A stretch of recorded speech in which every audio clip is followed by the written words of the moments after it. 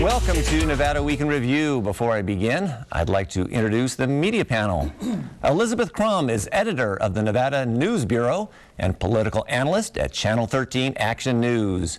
John Huck is an anchor with Fox 5 News. Steve Sebelius is editor of Las Vegas City Life and a member of the Channel 8 I-Team. And political commentator Jon Ralston hosts Face to Face on KVBC Channel 3. Longest introductions in the history of this show. We got through it, though. We got to move on. We got to move on because I do want to touch upon. I know another half hour, right? Senator John Ensign, apparently Senator Tom Coburn, who was caught up in this saga associated with Senator John Ensign, has turned over emails to federal authorities investigating Senator John Ensign.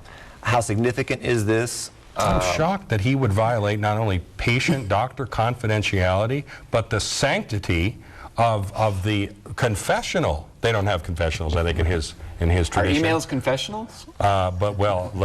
We wonder what Ensign confessed in those emails. But this is a guy who swore he would never, ever say anything about what he and John Ensign discussed about his affair, and then turned around immediately and talked to the New York Times. And now apparently he's talking to federal investigators without the pain of a subpoena to demand the documents. For Senator Ensign? We don't know yet because we haven't seen the emails, but it's bad enough already. You know, I think we all expected, I've been predicting for months that we're looking at the threat of an indictment in the fall where Senator Ensign is basically going to be given a choice between, you know, you're going to be indicted or you're going to resign. I've believed all along that's where this was headed ever since those emails broke in the New York Times. And whatever was said, I'm sure, between Senator Coburn and Senator Ensign certainly cannot be helpful to John Ensign. So yeah, it's just the snowball, it's just the avalanche just keeps tumbling down the hill for him.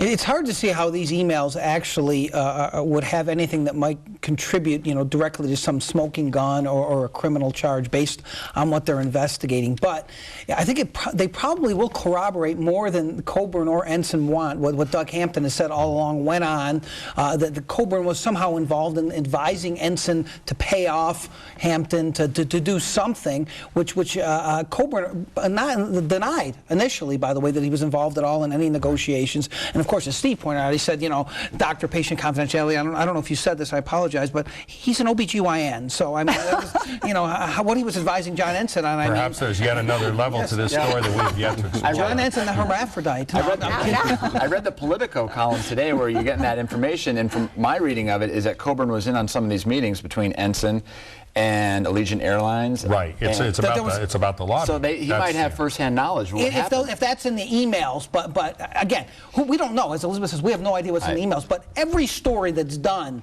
is just kind of like it's going towards what is one possible scenario that she described, which is, you know, the Justice Department doesn't want to screw this up as they screwed up the Ted Stevens investigation. So they're going to create this just mountain of evidence and probably put it on John Ensign's desk and say, you got two choices, pal. Yeah. That is one possible scenario. It's also possible he could resign and it could start snowing in here too tonight. And it scares off donors too at a time when he's trying to raise money. Grand. He got 15 grand, I think. Well, most of it he paid to his new consultant. Yeah. We have about a minute left. How does the Republican Party, specifically Brian Sandoval and Sharon Angle, deal with Senator John Ensign during this election? That is a great question. Thank you. He really hears that on this program. Yeah, she's never heard that. Like, first look of shock in his face. I guess it depends who you are, and I'm always interested to see how each of these candidates decides to, you know, what they're willing to say or not say about Senator Ensign. No one's certainly seeking him out for any great number of photo ops these days. I don't think.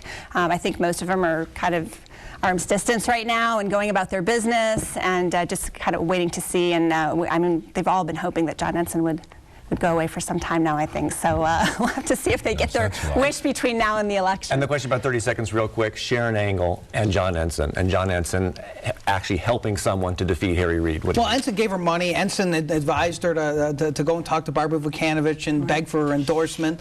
But I don't think Ensign's going to do much to help her. Okay, we are out of time. That's all the time we got left on this edition of Nevada Week in Review. I'd like to thank Steve Sebelius from City Life, Elizabeth Crum from the Nevada News Bureau, John Huck from Fox 5 News, and political commentator Jon Ralston. And I'd like to thank you for joining us as well. We'll see you next week. Bye-bye.